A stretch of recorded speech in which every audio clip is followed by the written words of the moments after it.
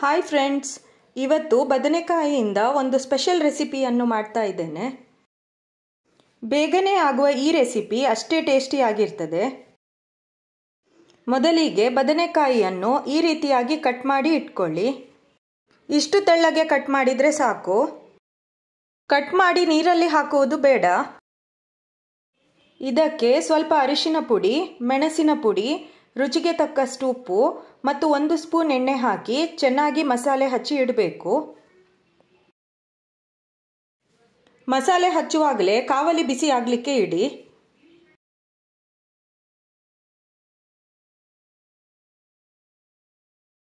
ಕಾವಲಿ ಬಿಸಿಯಾದ ಮೇಲೆ ಮಸಾಲೆ ಹಚ್ಚಿಟ್ಟ ಬದನೆಕಾಯಿಯನ್ನು ಸ್ವಲ್ಪ ಎಣ್ಣೆ ಹಾಕಿ 2 ಸೈಡ್ ಚೆನ್ನಾಗಿ ಫ್ರೈ ಮಾಡಿ ಇಡಬೇಕು.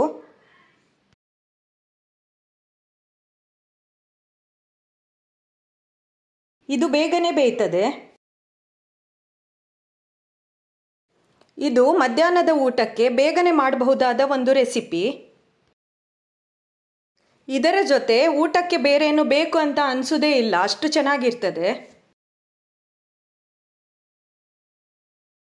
ಫ್ರೈ ಮಾಡಿಟ್ಟ ಬದನೆಕಾಯಿಯನ್ನು ಒಂದು ಬೌಲ್ಗೆ ಹಾಕಿಟ್ಟುಕೊಳ್ಳಿ. ಇಲ್ಲಿ ನಾನು 1 ಕಪ್ ಮೊಸರು ತೆಗೆದುಕೊಂಡಿದ್ದೇನೆ.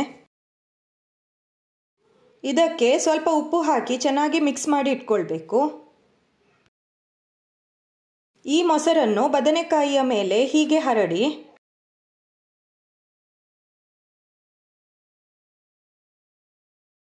ಈಗ ಇದಕ್ಕೆ ಒಗ್ಗರಣೆ ಮಾಡಬೇಕು.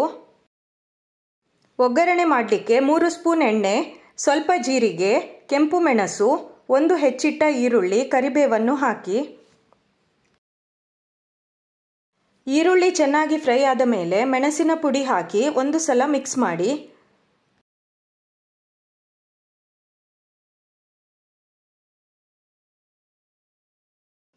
ಈ ಒಗ್ಗರಣೆಯನ್ನು ತಯಾರಿಸಿಟ್ಟ ಬದನೆಕಾಯಿ ಮಿಶ್ರಣದ ಮೇಲೆ ಹಾಕಿ.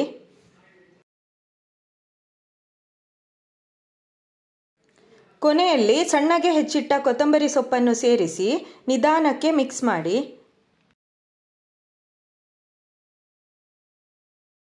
ಬಿಸಿ ಬಿಸಿ ಅನ್ನದ ಜೊತೆ ಇದು ಖಾರ ಖಾರವಾಗಿ ತುಂಬ ರುಚಿಯಾಗ್ತದೆ.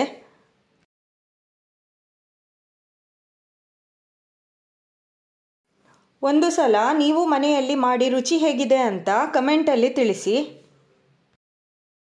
ನನ್ನ ಈ ರೆಸಿಪಿ ನಿಮಗೆ ಇಷ್ಟ ಆದರೆ ಲೈಕ್, ಶೇರ್ ಮತ್ತು ಕಮೆಂಟ್ ಮಾಡಿ. ಹಾಗೂ ನನ್ನ ಚಾನಲನ್ನು ಸಬ್ಸ್ಕ್ರೈಬ್ ಮಾಡಿ.